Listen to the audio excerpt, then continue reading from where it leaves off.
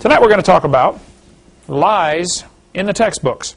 One of my few idiosyncrasies is I collect public school textbooks.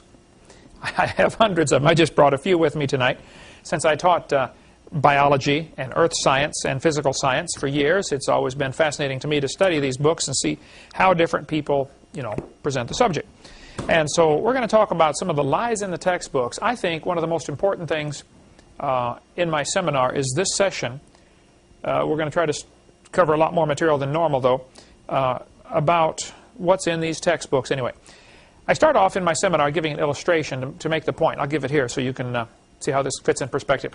It has always amazed me, after teaching school for 15 years, how two people can look at the same thing and come to opposite conclusions of what they're seeing. Two people look at Grand Canyon. They're both looking at the same canyon. And one of them says, "Wow, look what the Colorado River did for millions and millions of years." The Bible-believing Christian stands there, looks at the same canyon, and says, "Wow, look what the flood did in about 30 minutes. It's just a matter of how you want to look at it. Same canyon, two different ways to look at it. Textbook says, over millions of years, the Colorado River has carved the Grand Canyon from solid rock. Now, just hold on a second. Does he know that, or does he think that? He doesn't know that. He thinks it took millions of years to form the Grand Canyon. I do debates all the time. Last night on the show, we were on the radio all night long until 4 in the morning. Several of the folks that called in were talking about, oh, Grand Canyon took millions of years to form. No, it didn't take millions of years to form. I tell them in the debates, this one professor said, obviously, Mr. Hovind, it took millions of years to make the Grand Canyon. I said, well, sir, did you know if you built a dam across Grand Canyon, a huge lake would fill in behind it, covering several states. I mean, it would be a gigantic lake. Of course, it would take a lot of dirt to fill in the canyon, but still, it would back up a giant lake behind it. This picture with the white shows, that's what's called the snow line. Between these two red lines is what's called the Kaibab uplift. Now, Grand Canyon, it cuts right across the middle of a ridge, sort of like a long, narrow mountain called a ridge. If you push the carpet up against the wall, it would wrinkle. That would make a ridge. Grand Canyon is a slice right across a ridge called the Kaibab uplift, K-A-I-B-A-B, Kaibab. The top of the Kaibab uplift, that ridge, is roughly 7,000 or 8,000 feet above sea level. Way up there. Now, the bottom of the canyon, where the river is only 1,800 feet above sea level, so it's more than 1 mile deep. Absolutely gigantic canyon. How many of you have ever seen the Grand Canyon? Huge hole in the ground. Unbelievable. 180 or 200 miles long between those two red lines. This is a picture from a satellite. The river enters the canyon up at the far right corner at 2,800 feet above sea level. And the river flows down to the bottom and left is the way it would flow from this angle here. So what we have here, as the river enters the canyon, it flows downhill, of course, and ends up at 1,800 feet above sea level. It drops about 1,000 feet. During that time, the ground is rising up. The Kaibab uplift is going uphill. Interesting. So I told this professor in this debate one time, I said, sir, did you know the top of the canyon is higher than the bottom? He said, yeah. I said, did you know the river only runs through the bottom? He said, so? I said, sir, the top of the canyon is higher than where the river enters the canyon by over 4,000 feet. Rivers don't flow uphill. There's no delta. Where's all the mud that washed out of there? Usually when a river cuts through, makes a canyon or something, and all the mud that washes out is out at the outside. It flattens out into a delta. No delta for the Grand Canyon. There's no way that river made that canyon. The flood made Grand Canyon. Probably in a few weeks. Certainly not millions of years. See, while the sediment layers were soft after the flood, the water could erode that very quickly. Probably Grand Canyon formed within a few years after the flood, because the Bible says in Psalm 104, the mountains arose, the valleys sank down, and the water rushed off. During this time, probably huge lakes were trapped by the mountains lifting up, and it would take several weeks or months or years for that lake to overflow its own, find the lowest point, and overflow and make a spillway, and carve out Grand Canyon very quickly. Most of the river basins in the world were probably formed as the floodwater ran off during the last few months of the flood or during the first few years afterwards. There would be drainage patterns would have to be established, and as the water soaks out of the ground, gradually the ground would dry out and form the mountains and the rock layers that we have today. Okay, the Grand Canyon is what we call a washed-out spillway. Have you ever seen a farmer's built a dam on his property like Grandpa has on his property up there in Arkansas? If the water goes over the top of the dam, it'll find the lowest point and start going over that spot. Once it starts going through, it cuts a little groove, and then more water's rushing through, so it cuts the groove deeper and wider, so more water comes through. Especially if you have a lot of debris like sand and gravel and rocks and tree stumps and trees, it becomes like liquid sandpaper. It goes rushing through and carves the canyon out just in a hurry. And we'll get into more of that on video number 6 of about the flood, what caused that. Anyway, Grand Canyon is simply a breached dam. It was not formed by the Colorado River. So you need to be able to give, for the quiz, some reasons why we know the Grand Canyon could not have been formed by the Colorado River. There's no delta. The top is higher than the bottom. Those would be too good enough right there. But the rivers don't flow uphill. Okay. Does anybody know what this machine is? This farmer's holding? This is a calf puller. It's a come-along, a block and tackle, come-along attached to a pole. Once in a while, a cow has a hard time having that baby calf, and so they get the calf puller out, hook the cable around the calf's legs, and jack the calf out of the cow. You get a few thousand pounds of pressure on there, that calf comes right out, no problem. Well, one day this farmer was out pulling a calf with a calf puller. It was a breech birth. That means the back feet were coming out first. That's not good. Normally calves are born head first. But this one, the back feet are coming out first. So the farmer had the calf puller out there and had the cable wrapped around the calf's back legs, and he's trying to pull the calf out of the cow. And a city fella stopped his car to see what on earth is going on. And the farmer said, "Come here, man, I need some help." He said, "I don't know nothing about cows." He said, "Just come give me a hand, would you?" He said, "Okay." So the city fella hopped out of the car, jumped over and helped the farmer pull the calf. He never said a word. He just did what he was told. Well, about 10 minutes later, the calf is fine and the mother's fine, and so they're walking up to the barn, going to get washed up, and the farmer said, "Man, I want to thank you for helping me."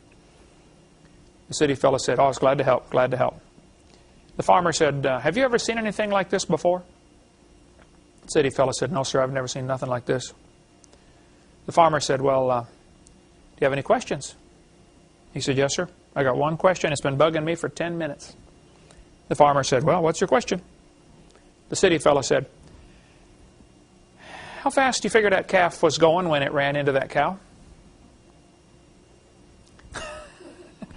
No, fella. We are not separating the wreck here. How fast was that calf going? Two people looking at the same thing, and one of them's getting a wrong idea of what's going on. Boy, the Bible warned us that was going to happen. In 2 Peter chapter 3, it says, "Knowing this first, there shall come in the last days scoffers." There are people that scoff at the Bible. And it says they're going to walk after their own lust, and they're going to say, "Where is the promise of his coming? For since the fathers fell asleep, all things continue as they were from the beginning of the creation." Now that's an important verse. We don't ask you to memorize too many verses for our class here, but I want you to memorize 2 Peter 3:3, 3:4, and 3:5. And we'll put those on the test here. 2 Peter 3:3, 3:4, and 3:5. 3:4 says, the scoffers are going to say, "Where is the promise of his coming? For since the fathers fell asleep, all things continue as they were." That's a very important phrase. What that means is, the scoffers are going to say, the way things are happening now is the way they've always been happening. For instance, they look at Grand Canyon, big old huge slice in the rock, and they notice the river running across the bottom is eating rocks off the bottom. It's eroding it, making it deeper. So they study the canyon for 20 years and say, we calculated over a 20-year span that the Grand Canyon gets deeper about 1/8 of an inch every year. The rock is being worn off. That's probably true. I wouldn't argue about that. And they'll say, "See, this canyon is, 6,000 feet deep and at 1/8 of an inch a year. That proves it's, X number zillion years old." Now, hold it. You're assuming that what you're watching now, 1/8 of an inch per year, is what's always happened. Right there is the faulty assumption. 99% of that canyon was formed in a couple days, and the last 1% has been happening over the last 4,400 years since the flood. But they assume what we see today is is the way it's always been happening down through history. That is called Uniformitarianism, which will be a word you need to know. We'll get into that in a second. I'll put it up on the board here.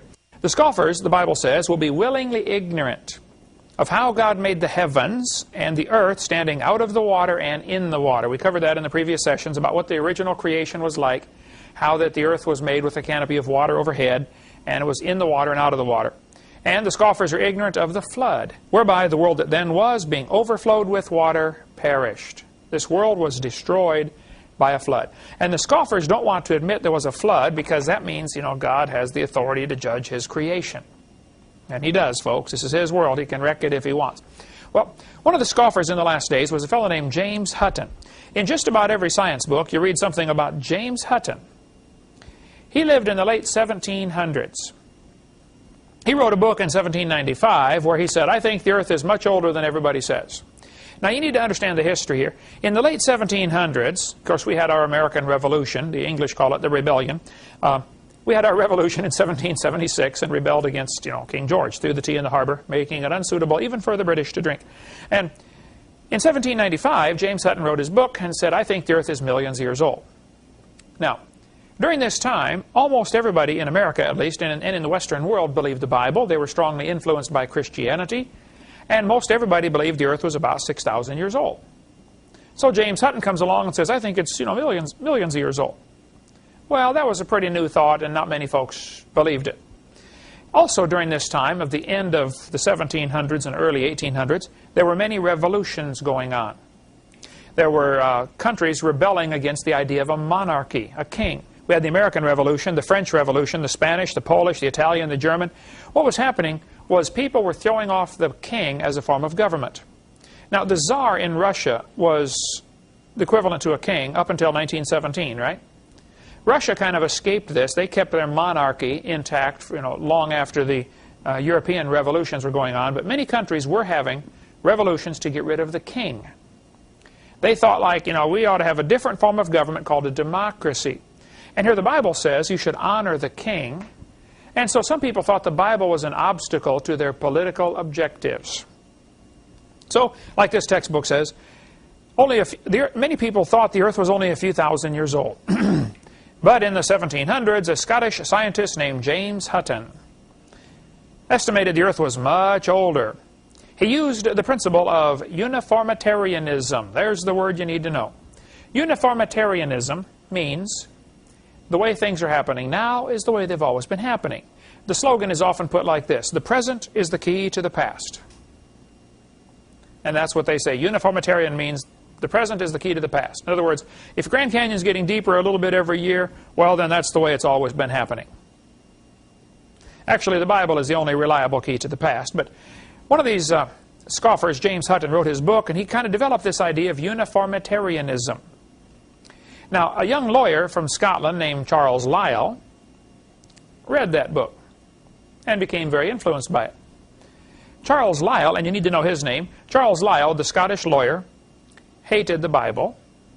He lived in the early 1800s. He read James Hutton's book and was influenced by it. Charles Lyell wrote this book, Principles of Geology.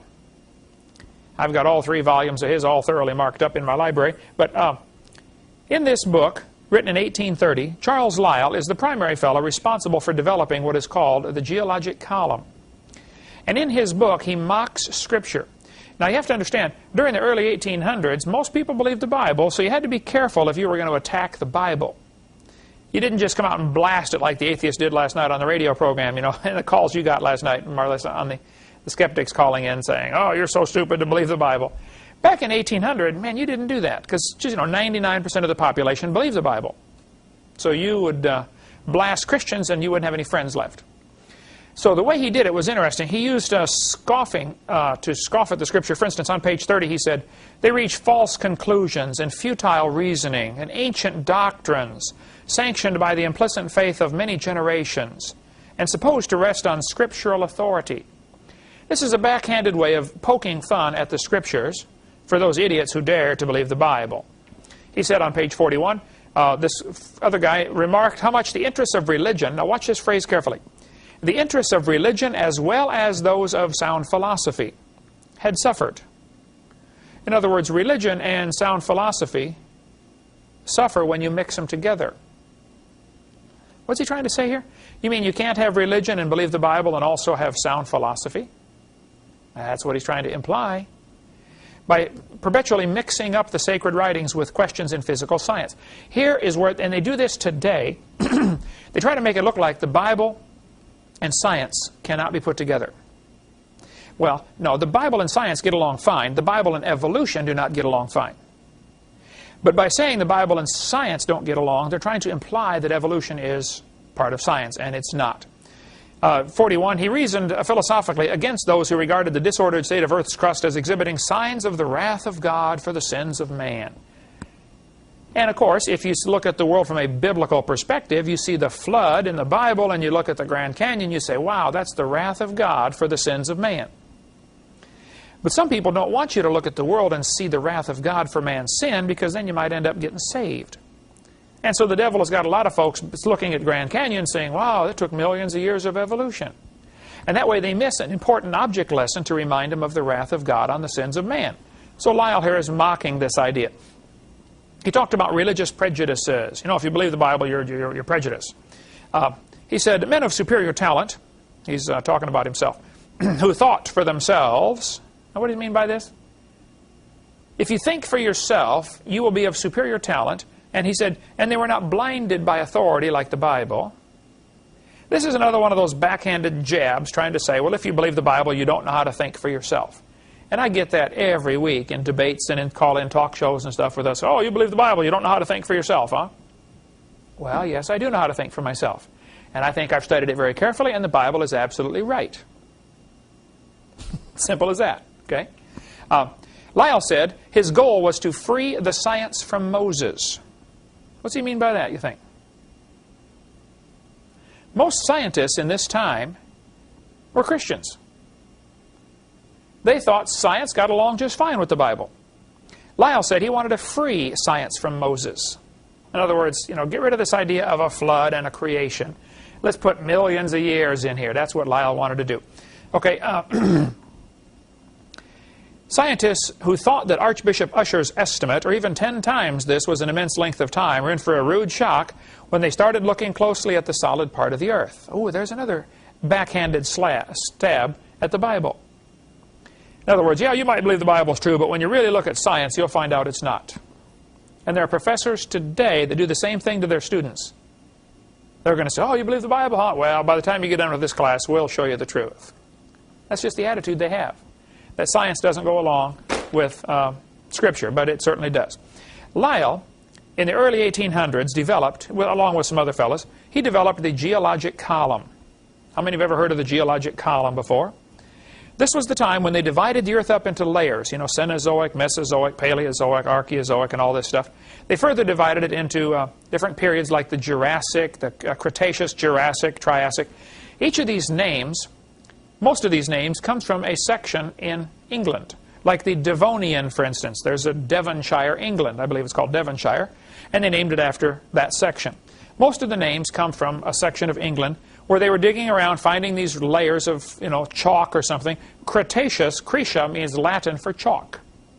And so they find a layer of chalk, and they call that the Chalk Age, the Cretaceous Age. I don't know what the rest of them mean, but you can look it up in any dictionary.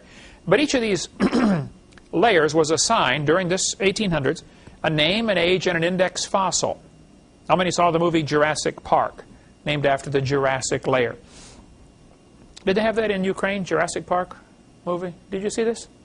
No? Oh, scary movie. Did you see it, Tanya? You haven't seen it either? I think we have it. You can take it home and watch it. You'd enjoy that. The layers then were assigned an age and a name and an index fossil. Now this is very important. This was all done during the early 1800s. This geologic column is the Bible for the evolutionist. It can only be found one place in the world. The only place you can find the geologic column is in the textbooks. In the textbooks, they talk about, here's an earth science textbook, about how, you know, during the Cenozoic and Mesozoic and Paleozoic era, they've got it all figured out like, wow, this is, you know, millions of years old, and it's just simple baloney. The geologic column cannot be found in the world. Most places are missing about 70% of the geologic column. No place in the world contains all the geologic column in the right order. Now, one professor I debated said, Mr. Hovind, we've got 26 places where we found the geologic column in order. I said, no, what you mean is you've got 26 places where you found the fossils in order that you expected. That's all. This textbook admits if there were a column of sediments, unfortunately, no such column exists. There is no geologic column. So that'll be a quiz question. Where can you find the geologic column? In the textbook. The only place it exists. Now, it is true the Earth has many layers. That's not the question. I've been to Grand Canyon and Royal Gorge. And remember Royal Gorge? We fired the airplane off of there, flew down for about 4 miles. I've been to lots of these canyons, been to all 50 states now, and I've been to Snake River Valley in Idaho a couple months ago. There's no question the Earth has layers. The question is, how did it get that way? Now, I want you to look at these layers in Grand Canyon and answer this question. If each of these layers is a different age, don't you think there'd be some erosion marks in between the layers? I mean, if the top layer sat there for 4 million years waiting for the next one, why aren't there some erosion marks in between the layers? So one of the quiz questions will be, what are some ways to show that the layers of Earth are not vastly different in ages? How do we know those two layers right on top of each other are not millions of years apart, even though the textbook says they are? Well, one way we know is there are no erosion marks between them. Another way we know is we find polystrata fossils. Poly means many, P-O-L-Y. Strata, S-T-R-A-T-A. Polystrata fossils are fossils that run through many different layers, and I'll show you pictures of those in just a minute. See, the layers were really formed during the flood. If you take a jar of dirt and shake it up, put some water in it, shake it up and set it down, it'll settle out just like this. You get gravel goes to the bottom, and then sand, and then silt, and then clay. And then very slowly the fine particles end up on top because they're going to float around in the water for hours till they finally land. During the flood of Noah, you get the very same sorting process. We get into lots more on that on video number 6. I was preaching in Union Center, South Dakota years ago. Marlissa, you would have been about 10, 12 years. That's right, 12 years old. Union Center is right there. You can't even find it on the map. 40 people in the whole town. 38 of them came to church. We had a revival, man, turned up the whole town. I don't know where the other two were. Out pulling a calf, I bet. But the preacher said, hey, Brother Hovind, let's go down to Rapid City, South Dakota. They've got a museum there with a bunch of dinosaur bones in it. I said, all right, man, I like dinosaurs, so let's go. So we all piled in the cars and vans, and we drove down to Rapid City, South Dakota. We got down to this museum. It's called the School of Mines Museum in Rapid City, South Dakota. We walk in the door, and this older fellow met us, and he says, folks, would you like me to give you a tour? I'm a guide here. We said, sure, that'd be great. The first place we stopped on the tour was the geologic time scale. They've got this chart all lit up behind glass. We stopped and we stood by that chart for a while. He said, now folks, this layer of rock right here is about 70 million years old. My daughter, Marlissa, said, sir, how do you know that layer is 70 million years old? He said, well, that's a good question, honey. We determine the age of the layers by the types of fossils they contain. They're called index fossils, and this layer had dinosaur bones in it, so it must be 70 million years old. She said, okay, thank you, sir. We walked around the other side. We're standing over here, and the guide said, now, folks, these bones right here are about 100 million years old. My daughter raised her hand again. She said, sir, how do you know how old those bones are? He said, that's a good question, honey. We determine the age of the bones by which layer they come from. She said, excuse me, sir. When we were standing on the other side, you told me you knew the age of the layers by the bones, and now you're telling me you know the age of the bones by the layers. She said, isn't that circular reasoning? I thought, wow, a chip off the old block. That guy had the strangest look on his face. It was almost as if he were thinking. He looked at me. I wasn't about to help him. He looked at my daughter. He said, you know, you're right. That is circular reasoning. He said, I never thought of that before.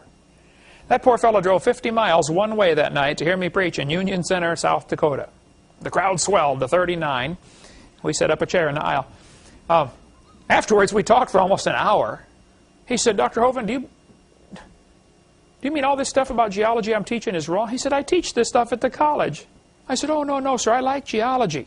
You've learned the names of all the minerals. Man, just that's a good trick, folks. There's 1,200 different minerals. Some have names about that long.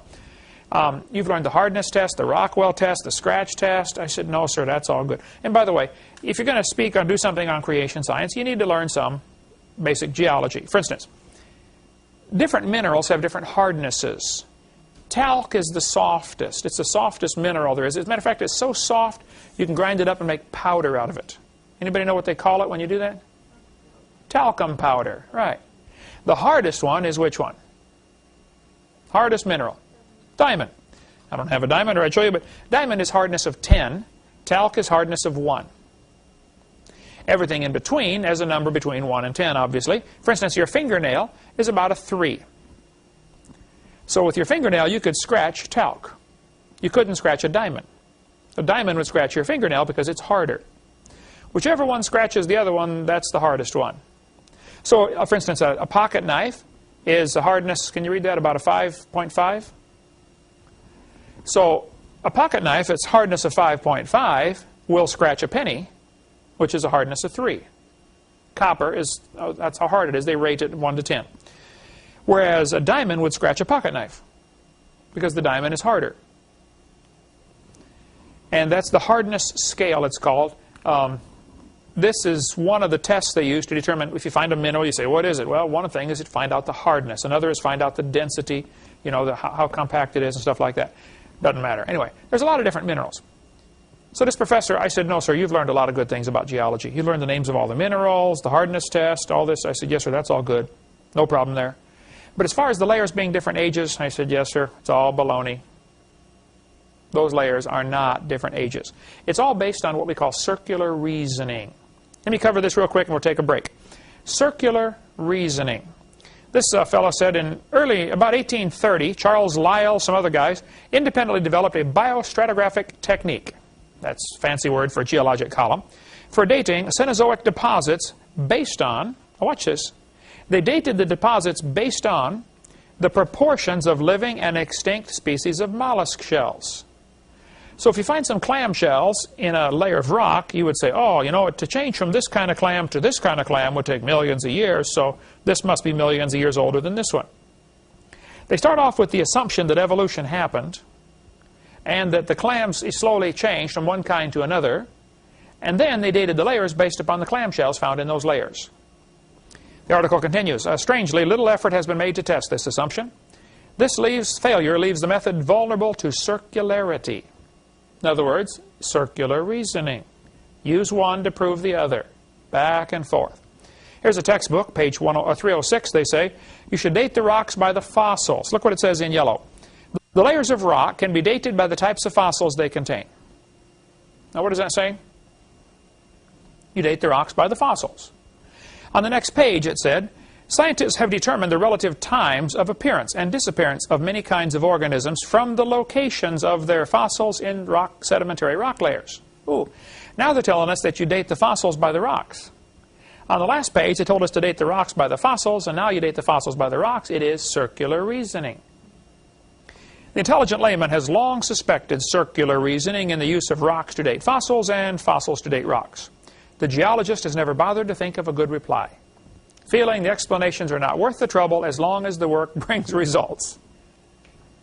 This guy said, it cannot be denied from a strictly philosophical standpoint that geologists are here arguing in a circle. The succession of organisms has been determined by a study of their remains embedded in the rocks, and the relative ages of the rocks are determined by the remains of the organisms that they contain. Even Encyclopedia Britannica can figure it out. It's circular argument. Use one to prove the other. Ever since William Smith at the beginning of the 19th century, fossils have been and still are the best and most accurate method of correlating and dating the rocks in which they occur. Apart from very modern examples, which really are archaeology, by the way, it's a good time to point out, archaeology is dealing with the past few thousand years. If you're going to dig up an Indian civilization, that you're an archaeologist. Whereas if you want to get into anthropology, the study of ancient things, then that would be an anthropologist, which is mostly an art form, not a science. That's study of things that are supposed to be millions of years old. Okay, this guy said, I can think of no cases of radioactive decay being used to date fossils. That's an interesting quote here. In other words, they don't date fossils by their carbon dating or potassium argon dating. They date them by the geologic position. Which layer did you find it in? Oh, well, then it's so many million years old. We'll get into a few more quotes on circular reasoning right after the break, and then show you some of the polystrata fossils that have been found right after our break. All right, let's talk some more about circular reasoning and how the geologic column is tied in. This author said, radiometric dating would not have been feasible if the geologic column had not been erected first. What he means by this is, you can't tell the age of a fossil with radioactive dating, like carbon dating. You must first know the approximate age from the geologic column, which is why they generally will not date, unless you trick them into doing it, they won't date dinosaur bones with carbon dating because they assume dinosaurs lived 70 million years ago and carbon dating only goes back 30 or 40,000 years, and so they won't even do it. But when they do date dinosaur bones with carbon dating, it comes back 20, 25,000 years old. Not millions of years old. Okay. This Niles Eldridge is director of the American Museum of Natural History in New York, a strong believer in evolution. He spoke at University of West Florida. I went and heard him speak. He said, paleontologists cannot operate this way. There is no way simply to look at a fossil and say how old it is unless you know the age of the rocks it comes from. What's he saying there? You find a fossil, you have to know how old the layer of rock is. He said, and this poses something of a problem. If we date the rocks by their fossils, which is how it's done, how can we then turn around and talk about patterns of evolutionary change through time in the fossil record? Again, he's admitting circular reasoning. I like this one. The rocks do date the fossils, but the fossils date the rocks more accurately. I don't see how they can't see this. Stratigraphy cannot avoid this kind of reasoning if it insists on using only temporal concepts because circularity is inherent in the derivation of time scales. This guy said the charge of circular reasoning can be handled several ways. It can be ignored as not the proper concern of the public. In other words, you can say, well, it's none of your business how we date the rocks. We know what we're doing. We're the professionals. It can be denied by calling down the law of evolution. It can be admitted as a common practice, or it can be avoided by pragmatic reasoning. But I'm telling you, it is based on circular reasoning. This Larry Azar said, are the authorities maintaining on the one hand that evolution is documented by geology, and on the other that geology is documented by evolution? Isn't this a circular argument? I like the name of the article. Biologists, help. You need some help, all right. I like to ask evolutionists the question. I say, now fellas, your geologic column contains limestone, sandstone, shale, sandstone, limestone. You know, limestone is scattered throughout there several times. Limestone is used as a building block. You can see me by a big brick building up in Indiana made out of limestone. It's a pretty hard rock, not quite as hard as, concrete, but just about as close. Limestone is obviously made from what's called a sedimentary rock. That means it was deposited out of water. It's made from sediment. Like if the bottom of a mud puddle hardened into a rock, that would be sedimentary rock, made from sediments. Limestone is obviously, as a matter of fact, the whole geologic column is made of sedimentary rock. I like to ask him the question, how do you tell the difference between 100-million-year-old limestone and 600-million-year-old limestone? If I handed you a piece of limestone and said, how old is it, how would you know? They're both limestone, same kind of rock. Well, there's only one way they can tell the difference, that is by the index fossils. If your limestone contains a dinosaur bone, well, then it's 70-million-year-old Jurassic limestone.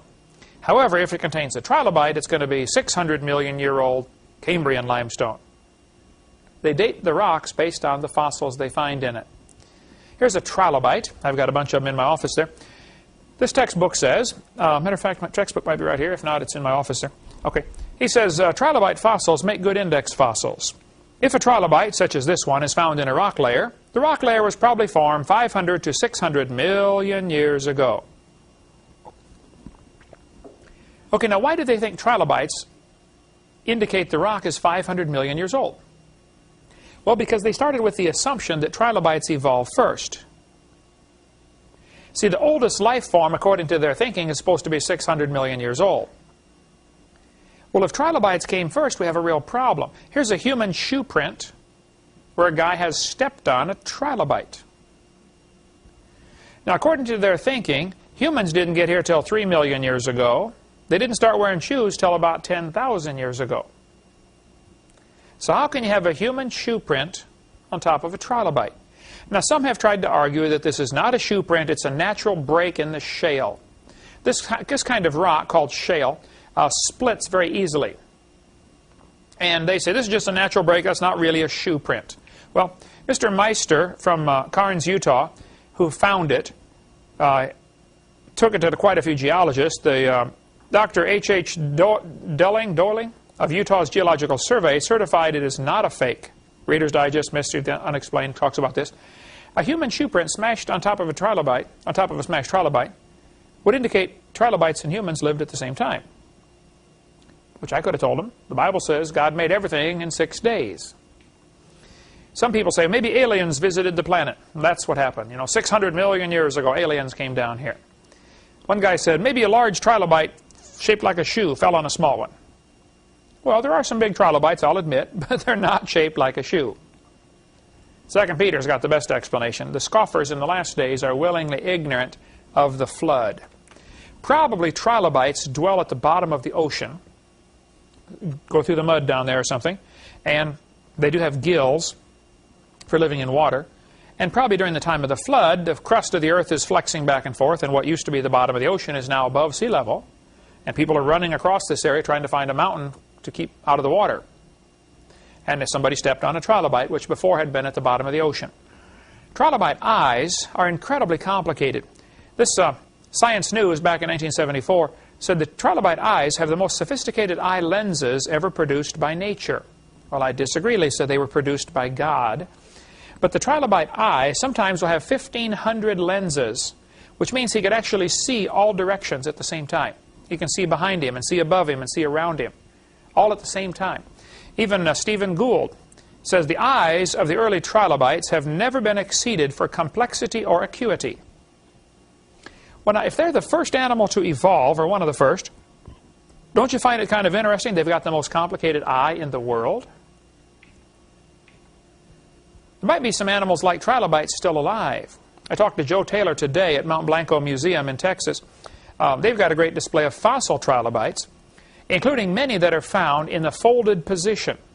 What happens when a trilobite dies? It folds up, or rolls up. How many have seen the little bugs we have here in Florida? They roll up, like call them a roly-poly. A little round pill bug, they're called. As soon as you touch them, they roll up, looks like a little BB. You know what I'm talking about, the little gray things? Yeah, called a pill bug. Trilobites do that also. When they get scared, they roll up, so their shell protects them on all sides. Many trilobites are found fossilized flattened out. Some are found fossilized rolled up. Many millions are found fossilized halfway. They started to roll up and died. Now think about it. Mount Blanco Museum has a display of trilobites where there's 2 of them that are laid out flat like they're walking. The one in front of them is halfway rolled up. Something caught them in a catastrophe happened. Probably an incredible water temperature change during the time of the flood. You'd have the fountains of the great deep breaking open, hot waters rushing into certain areas, killing these animals before they can even think of what's going on. They don't even have time to curl up. They just die in the flattened out position. This rock is called it contains a fossil called a graptolite. Now the graptolite is the New York state fossil. Every one of the 50 states has a state bird, a state flower, and a state fossil. Graptolite is from New York, just north of Pennsylvania, Becky. I don't know what Pennsylvania's fossil is. Would you know that? You lived there. You don't know? Okay. This rock is supposed to be 410 million years old. Now this means if you find a rock and it contains a graptolite, the professor will date it at being 410 million years old. Not because he knows how old the rock is, but because he knows it contains a graptolite, and they're supposed to have lived 410 million years ago. Index fossils determine the age of the rocks. Well, this was all working fine until 1993, when they found graptolites are still alive in the South Pacific. Well, now hold it. If they're still alive, maybe that means they could live in any rock layer. That means they were probably alive 1,000 years ago, doesn't it? and 5,000 and 10,000 and 50,000. So maybe all the dating we've done of rock layers based on index fossils is baloney. And it is. Didn't happen. The textbook says, a fish with lobe-finned. Now, you'll need to know this one, a lobe-finned fish. What that means is it's got a little short arm and then a fin. So what is a lobe-finned fish? Should be a quiz question. That's a fish that has a short arm before the fin attaches to the body. The textbook says lobe-finned fish are index fossils for 325 to 410 million-year-old rock. Well, now, just hold on a minute. Lobe-finned fish are still alive. Look at the fins on this fish. This is called a coelacanth. The coelacanth was discovered in 1938. A guy accidentally discovered one at a fish market in Madagascar, I believe. Realized, wow, this is a coelacanth. A fish that has a little short arm and then the fin grows out. And so they've since found quite a few coelacanths. Several aquariums have them. They apparently live very deep in the ocean, in the Indian Ocean. They've been discovered in Indonesia and in India, and off the coast of India and off the coast of Madagascar, Africa. Mostly the Indian Ocean. I'm not aware of them being anyplace else. But the coelacanth, when they found it, and here the textbooks had been telling the kids this is, 70 million years old. Well, they found the coelacanth still alive, and the guy said, wow, look at this. One survived for 70 million years. It doesn't even enter their mind that, wait a minute, maybe your geologic column is baloney. See, they have to defend that geologic column. You don't dare question that because you lose your job. So instead, they'll say, wow, some survived for 70 million years. They do the same thing when they find a living dinosaur. Wow, some of them survived for 70 million years. They just don't get it. Textbook says, dinosaurs lived 70 million years ago. Oh, wait a minute. Dinosaur blood was found inside the bone.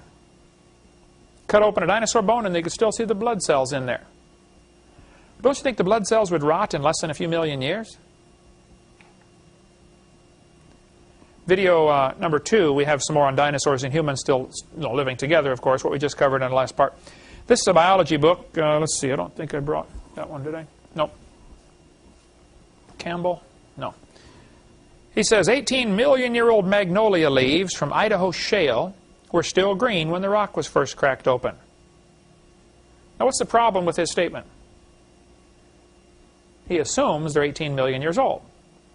Truth of the matter is, probably that Idaho shale buried all sorts of things at the time of the flood. In the Reader's Digest, Mysteries of the Unexplained, there's a whole section about living toads that when you break open a lump of coal, a toad jumps out. Many stories have been told like that. In France, they were blasting a tunnel through a mountain to put in a railroad line, and they broke open this huge boulder of limestone, and with a piece of dynamite, they stuck some dynamite in, blasted this big rock to get it out of the way, and a pterodactyl stepped out, stretched its wings, 10-foot 9-inch wingspan, leathery skin. It squawked and died.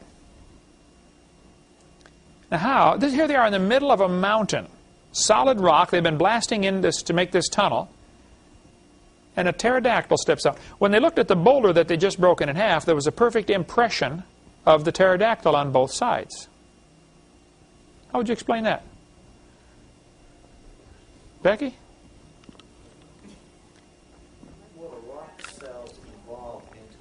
Oh, rock cells evolve pterodactyls in the middle of them. Yeah, that could be. Well, I have a theory about that. During the flood, all sorts of things were buried. Many were buried alive.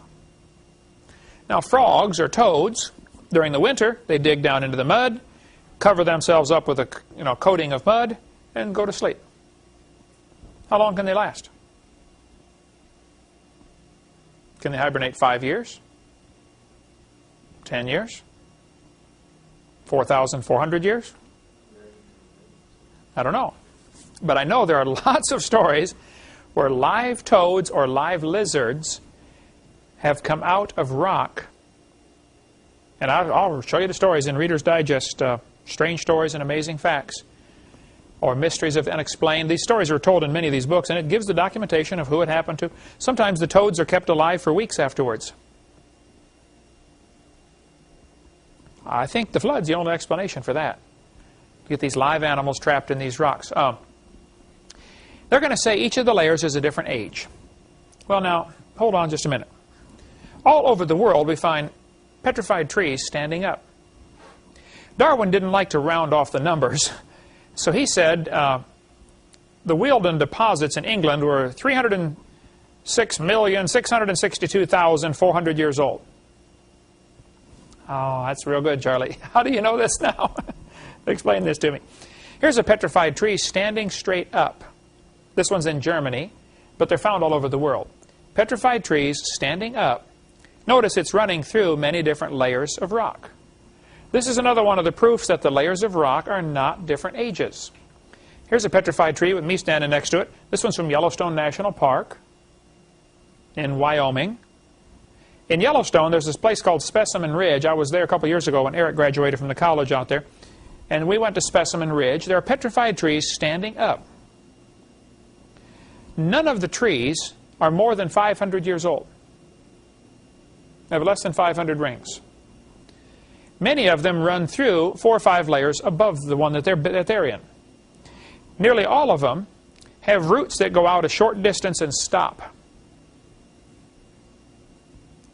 If a hurricane came through town here and knocked trees down, it would knock the tree over and pull up a root ball. Does it get all the roots out of the ground? No, it breaks them off, doesn't it? It'll break them off, you know, depending on how strong the root is, it'll break it off somewhere. And you end up with a root ball. Now, during the flood of Noah, I bet there were zillions of trees that were ripped out by the roots, floated around, and redeposited. They float along, and the water slows down, so they stop and settle to the bottom. And then a new layer of mud comes over the top. And then another layer of mud, and then pretty soon some more logs float by, and they end up getting deposited. You ended up with 27 consecutive layers of logs, of tree stumps, at Specimen Ridge, Wyoming, in Yellowstone. Now, the evolutionist will say, see, this proves the Earth is millions of years old, because what happened, the forest grew at least 500 years, then it was buried, then new trees started to grow, and they lived at least 500 years, and then they were buried, and then new trees started to grow. So you got to take 500 times 27, minimum, which is what, 14,000 or 13,500 years. They'll say this is minimum of 13 or 14,000 years old. No, no, no. These stumps go, if one tree stump goes up through into another layer, it didn't sit there for millions of years waiting for the next layer to come. It would have rotted and fallen over by then. When a tree dies, it rots in a few years and falls over. Petrified trees that are standing up are found all over the world. There's a guy by one in Joggins, Nova Scotia. Quite a few have been found there. I got some other more modern pictures. Here's one from Alabama. This guy's a friend of mine up in at Troy State. No, Don Patman, I don't know Don McDonald, but I know one of the other guys there. He said, we find petrified trees in coal all the time. He's a miner. They dig up coal seams. And you find this tree, and it extends up right out of the coal into the next layer of rock. Sometimes the top part of the tree is petrified, and the bottom part of the tree is coalified. I got a rock in the right above your desk there, Becky. The outside is petrified, the inside is coalified, turned to coal. Same rock. Interesting. Here's some from Joggins, Nova Scotia. This family took these pictures for me. From the little kid sitting there putting her hand on a petrified tree standing up. Can you see that one? It obviously went way down. Most of the pieces have now fallen out of the cliff. But there are petrified trees standing up, running through multiple rock layers. In Germany, they're found. In France, in many parts of the United States, these petrified trees are found. In California, they find lots of petrified trees standing up, running through multiple rock layers. Sometimes the trees are upside down. The big end is on top. Now, how could this happen slowly over millions of years? I've thought about it for a long time, and I think the evolutionists really have only 2 ways to solve this. Number one, they can say the trees stood there for millions of years while the dirt slowly formed around them. What would be the problem with that theory? the tree would rot. The tree's going to fall over. It's not going to stand there for millions of years. Or number two, the trees grew through hundreds of feet of solid rock looking for sunlight. Well, then you got the problem, who planted the seed? And how did it know there was sunlight hundreds of feet above it? The simpler solution is the trees were buried in a big flood. See, how fast was that calf going? Keep that thought in mind, right? The flood formed nearly all the layers of rock that we see in the world, and we have polystrata fossils to prove it. We'll get into more of that later. This geologic column does not exist anywhere in the world except in the textbooks. But you need to understand the history of the times. In 1830, when that book came out, things were becoming pretty prosperous in the world. It was the age of industrial revolution, lots of new machines. In the old days, if you wanted to make a shirt, you had to go get the cotton, spin it into thread, weave the fabric, sew the shirt. It might take you 3 weeks to make a shirt. Now they got machines that can make a shirt in 3 hours. Wow. Now instead of spinning the thread by hand, with their, pedaling their spinning wheels, you got a big machine to make it in a hurry. And the more machines that came on the line in the early 1800s, called the Industrial Revolution, the more prosperous things became. I mean, all of a sudden, you didn't have to work, 8 hours a day just to prepare food. You could do it in 2 hours a day. You didn't have to spend 3 weeks harvesting your corn. You now have a machine that'll harvest the corn in 3 hours. So once things, it starts to allow you to get more done in a day, to make more money in your lifetime, and everything's becoming very prosperous. And so some people thought, we got everything we need. We don't need God anymore. And often when times are good, people turn away from God. When times are bad, they turn to God. Some people say, boy, if God had given me $1 million, I'd tithe. No, probably if God gave you $1 million, it would ruin you. You'd end up getting away from God altogether. That's probably, and God knows that's what would happen. It does to most folks. Doesn't have to, but it just seems to work that way. So in the early 1830s, people were believing the Bible was true. The flood formed all those layers. Lyell comes along and says, no, these layers formed slowly. And they started believing it, and it turned them away from the biblical worldview. And all of this had a very profound influence on a young fella named Charles Darwin. Charles Darwin went on a boat ride in 1831. The boat was called the HMS Beagle. And that boat ride, while he's sailing around, he had just graduated from Bible college. And he brought some books with him to read. One of the books he brought was Principles of Geology, written in 1830. Here it is the next year, 1831, and Darwin brings this book. That book, as he read it on that voyage, changed his life forever. And we'll talk next class about what happened to Charles Darwin in the early 1830s. Coming up next week. Thank you for joining us.